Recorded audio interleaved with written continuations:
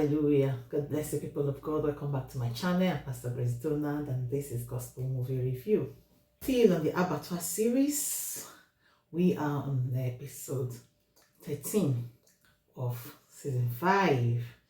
This season starts with Dele at the hospital. Now we see blood in the hands of Fola.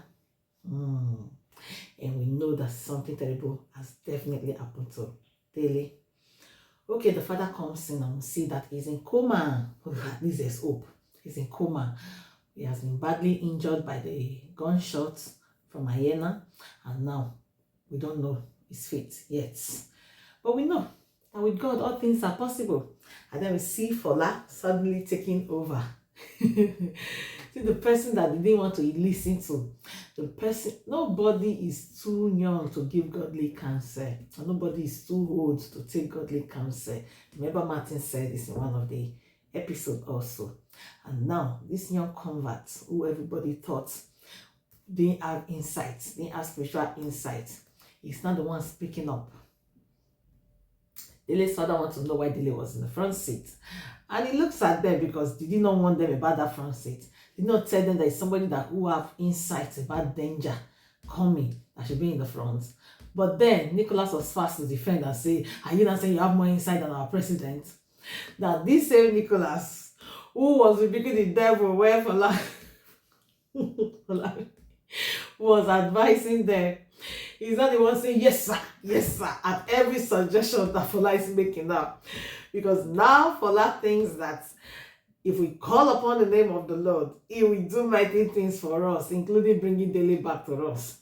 And he says, everyone that call upon the Lord shall be saved. And now he's saying they have to bring the whole fellowship down to Karuwa village. The whole fellowship. That's a great number, isn't it? But nobody is ready to oppose him this time around, because everything that he said before is exactly what's happening now. They opposed him then. So opposing him now will be dangerous, right? So nobody wants to oppose him now. He gets up to go and get the whole fellowship to Karuwa village. Well, he told them from the beginning that they need a crowd. They don't need to refuse to go on this journey, but they refuse. Now nobody wants to oppose him. And Juan is like, your shift of alliance is somehow is surprising. Nicholas said, I don't care about alliance now, so long as president gets back to life, so long as Dele is fine, I don't care about alliance. Well, he has learned his lesson the hard way, right? So now he's crying like a baby and doesn't mind aligning with what Fola is saying, so that things can go well for Dele. All right, so let's see now with Mr. Barrister Bola in the hospital, minding his son's business. Who is now going to handle Chief Duro Sonya's case? That should be a bother, right? But thank God, the God who knows how to make all things work together for our good. Sometimes when things are happening, it's as if the thing is getting worse. We don't know that God is actually coming through for us. The thickest or darkest part of the night is closest to the day, right? Now things look complicated, like there's never going to be a way again now. Because even the lawyer that would have stood for him is now, has been given a business. As if the devil is now giving him work to occupy himself. He will not have time to defend Chiduro Sonya. But God has it all worked out, right? Because at this point in time, guess who comes on board? Our own very evangelist Flora gets to see Martins in an interview, and now she's concerned about what he's concerned about. She calls him to know what is going on, only to find out that the father is in trouble and needs a lawyer. And who is she working with? A renowned lawyer from Harvard, Miss Gregg. Wow, what a beautiful coincidence.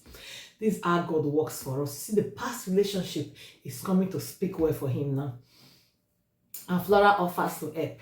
Offers to talk to Barrister Greg, and after prayers, prayer changes things. This same Barrister Greg had told her, it can take me a year to think about it, it can take me 2 years, 3 years, but they need a lawyer right now, like right now. So 3 years, 2 years, 1 year is not solution, it's not the help that they need. And thank God for Baba Guru knows that we can pray about everything. You can pray about everything. Nothing is too big nor too small to pray about. They take it to God in prayer. And guess what? The lawyer that says she was too occupied to have time for them suddenly is checking on the case and calls Flora to say, tell Martins to get in touch with me. Amazing! How fast God settled that. And we hear that this barrister is a renowned one. And I will heard that she's schooled in Harvard University. Mama Gbero does not want to hear. Harvard University, Nigeria University, qualification is qualification. My son is a barrister and he will do this case better than whosoever that came from Harvard. But then, look who they were speaking for. Look who Mama Gbero was fighting for. Suddenly came in, heard that Barrister Adebola is not going to be the one leading the case anymore. He's scared. He's saying, no. He needs extra grace. He cannot do this. The mother that has been proud of him since suddenly feels ashamed of being proud of him. You know, it's like, will you shut up there? What are you saying? Because one moment he's crying that he cannot lead the case. Oh, this case is somehow, he cannot. Oh, and then suddenly when he hears that a woman is coming to lead the case and is going to assist, he's saying, no, the woman cannot run over me. What an insult. And the mother saying, shut up. The mother has been on his side since, supporting that they shouldn't take the case from him. He should lead, not that Barrister Adebola is not available. Suddenly realized how shallow his son is and he's so ashamed of him and says, keep quiet, that woman is definitely going to roll over you and you are going to be our assistant. Oh, great. And then, when the barrister suddenly comes in, he's carried away. Whether with her beauty, or with the fact that he now gets to know that she's a renowned barrister, you know, even because it was easy for Barrister Adebola to know Greg Harvard, according to him. She's renowned. She has never lost a case. She's good. And according to him, she will be the best for this case. So whether Gbero is now drooling over her because of her past record or the fact that he knows she's good and is happy to work with a lawyer like that, or he's just carried away with beauty. I guess it's too early for him to be carried away with beauty now. After losing Eniola, I guess it's too early for him to be falling in love. Because it seemed like it's love at first sight. And then it seemed as if he's drawing over the fact that a renowned, you know, that she's a renowned lawyer. We don't know yet.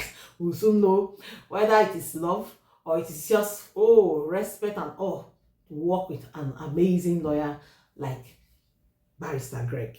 We don't know yet. But we see that Gbero is carried away. And then we hear one thing that was said during the introduction. And when he finally starts talking, he makes a fool of himself by making everybody know that he didn't hear one thing of all that they said during the introduction. But the good thing is, Barrister Greg is willing to help. And we have become optimistic because the very first appearance in court gave us hope that Barrister Greg is going to do well and Chief Dorosoya is probably going to work out a free man in this case. And what happened in the courts? You see, when we were saying something about biting the finger that fed you, in the last episode, I think, talking about Frank. Frank goes to the court bearing witness against the figure that fed him, irrespective of the blood money that was used to feed him or not. But we do know that Chief Dorosoya was kind to him, right? And then he gets there, thank God for an intelligent lawyer like Barrister Greg. He gets to implicate himself because they just get to find out from the court that he was the one that poisoned him, that's Chief Dorosoya, and put him in coma for 3 years. I don't think he's going to get away with that. And even thinking about what he said, that he worked with him for 10 years and he has watched people die under him for 10 years, and it's now you're talking and you've been enjoying his free money, free house, your children, your child's school fees being paid for free and all of that. And you did not speak out until now that somebody brought it up. That is proper implication. And I hope he doesn't go he doesn't go to jail because of that testimony that he went to bear at the court of law. And we see from the answers and the questions that Barrister Greg put forward to him that this lady is indeed very good, because our young man Frank collapsed right there in the courts. And that was a good talk in the mouth of the journalists and the broadcasters. They have started spreading it. So you see, sometimes when you want to stand against somebody, you actually end up standing against yourself. That is why we must be careful those we are standing against, especially if there are those who have been kind to us. Don't stand against anybody that's been kind to you. Leave them in the hand of God. Even if they finally treated you bad, leave them in the hand of God. Let God be the one to deal with them. Why? Because vengeance is his. When you want to come out in a vengeful way, in anger, in unforgiveness, you will see that you will turn the table against yourself. And I see that that is exactly what Frank is doing right now. God loves it when we let go and let him. That way he fights for us and we will not be guilty, not even in the court of in the law courts, you understand? All right, so let's see where this lands Frank in the end, because the wife is at home now worried about a little year and the husband fainted in the courts. Trouble is coming for this family, right? And then we see also Officer Pius claiming glory again. The same Officer Pius that was fainting and crying and bringing his own generation to come and beg Inspector Gabriel not to send it to Karua. He's now priding himself in the fact that Ayena was arrested, you know. After the gunshots, we get to know now that Ayena was arrested. How that happened, we don't know yet. Maybe they'll tell, I'm sure that Officer Pius will tell us about how he arrested Ayena later. But imagine, that easy, that quick? No, something must be wrong. Ayena can't possibly be arrested that easy and that quick, right? Okay, let's see whether luck was working on the part of Officer Pius, or Ayena is really not as hard as we thought it was. Okay, let's see. But our own Dele is still in coma, and prayers are being made for him. Everybody that knows about it, even Martins now is concerned about him and even wanted to visit, but the father says no. And that is a good thing. For a moment, he forgot about himself, forgot about his own problem, and cared for his brother's problem. That is how we should all be. Let's take a moment to forget about our own problems and care about the problems of others. Because in you doing that, God will be fighting just for you. Imagine him worrying about Dele. Instead of worrying about, oh, you still have to come. You see, that I love the maturity portrayed there, and it showed a clear difference between him and the HOD. The HOD had a problem, was pressed, and then was pressing Martins to face his own problem and leave the problem he has with his father. You know, Martins was having his own issues, but the HOD wanted him to leave his own issues and focus on him, the HOD. Not nice. That's very selfish, right? No matter how desperate you are, that's selfish. But here we see Martins not being selfish. Martins would have said, oh, Barrister Adebola, I employed you to take care of my father's case. I don't care whether your child is dying. You must appear in court and take care of my father, right? But he was a brother and he understood. And that is the mutual understanding that we should have as Christians.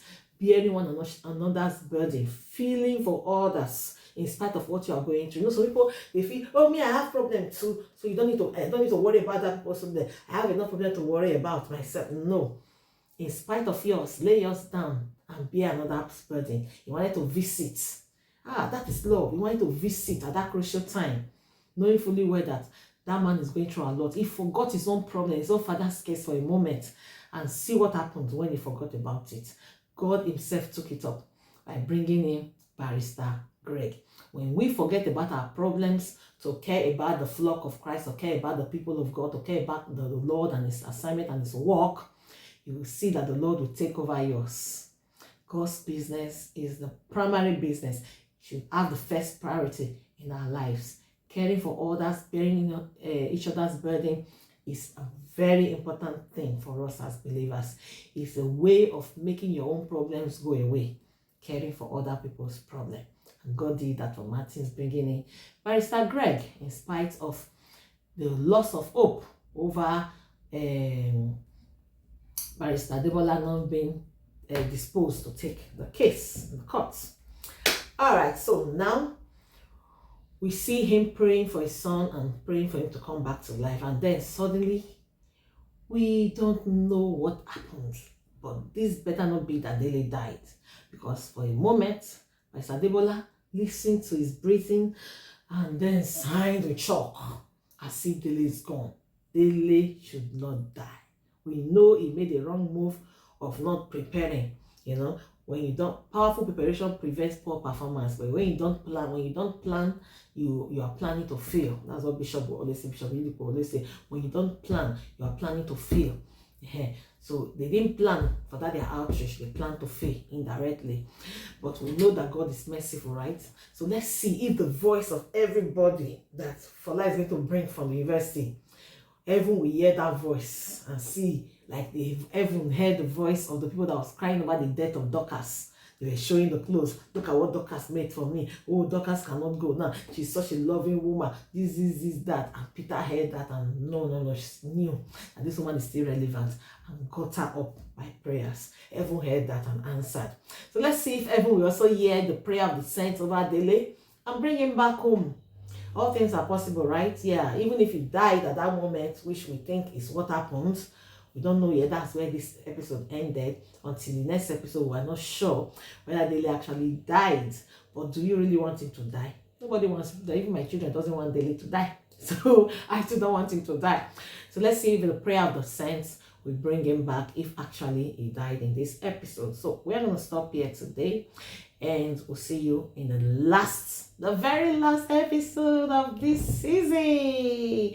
When is season 6 coming? We can't wait. Let it come quickly so that we'll know how things unfolds. For us, we are all in suspense. And if you have been blessed by this, do wait to subscribe to this channel and look forward to the next and the last review of this season 5. And then while we wait for season 6 to come, share, subscribe, and keep sharing. God bless you. See you again. Bye.